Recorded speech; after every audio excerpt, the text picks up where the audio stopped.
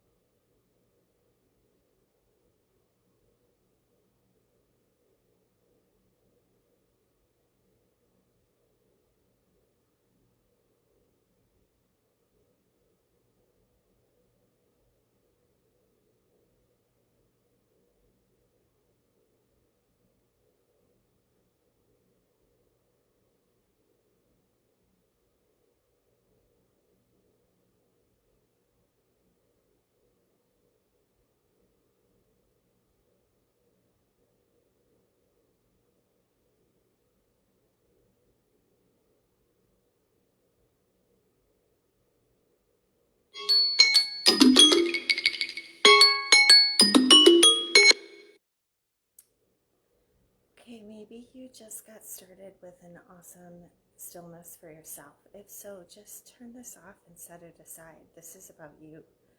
This is your way in, your access point. Awesome. Sit with yourself. Don't judge it. Be there longer. And if you're ready to come out, let's take a couple of deep breaths really into our body. I've been doing these 3 breaths lately. I call it 3 to free. So freedom from wherever you were. These breaths will just stop and turn you around. So let's take a big one into your chest. You can open mouth, exhale, sigh it out.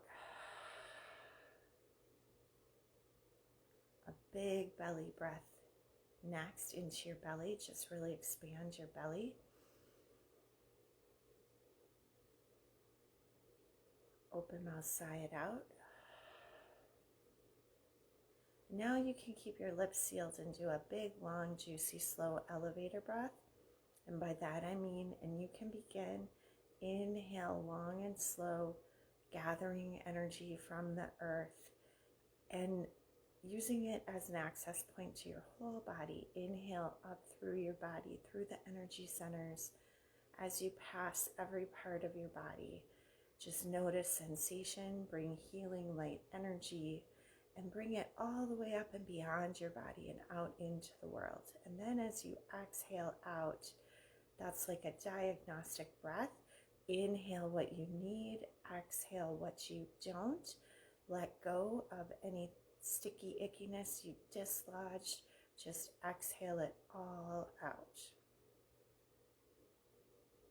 Now you can rub your palms together, create some energy there. Notice that we can manipulate energy. That's something we're able to do. So that gives us a lot more choice than we think when we tune into it. Bring those palms to your eyes. Gently open your eyes up into this space, doing many things, just soothing the return of the senses to the eyes, to the mind, gently opening your eyes and coming back into this space. All right. Well, I hope you feel a little more ready to engage with your day, a little more present. It's just a drop in the bucket, but remember, a little bit every day is a great place to start. Don't get so hung up on how long or how well. It's about bringing these healthy rhythms and patterns into our life. And then remember, you can do this literally anytime, anywhere. I mean, drive if you're driving, but tuning into your breath, taking a moment for yourself, creating space, softening. I offer that. Can you do that today? Okay? Have a fantastic day. Namaste.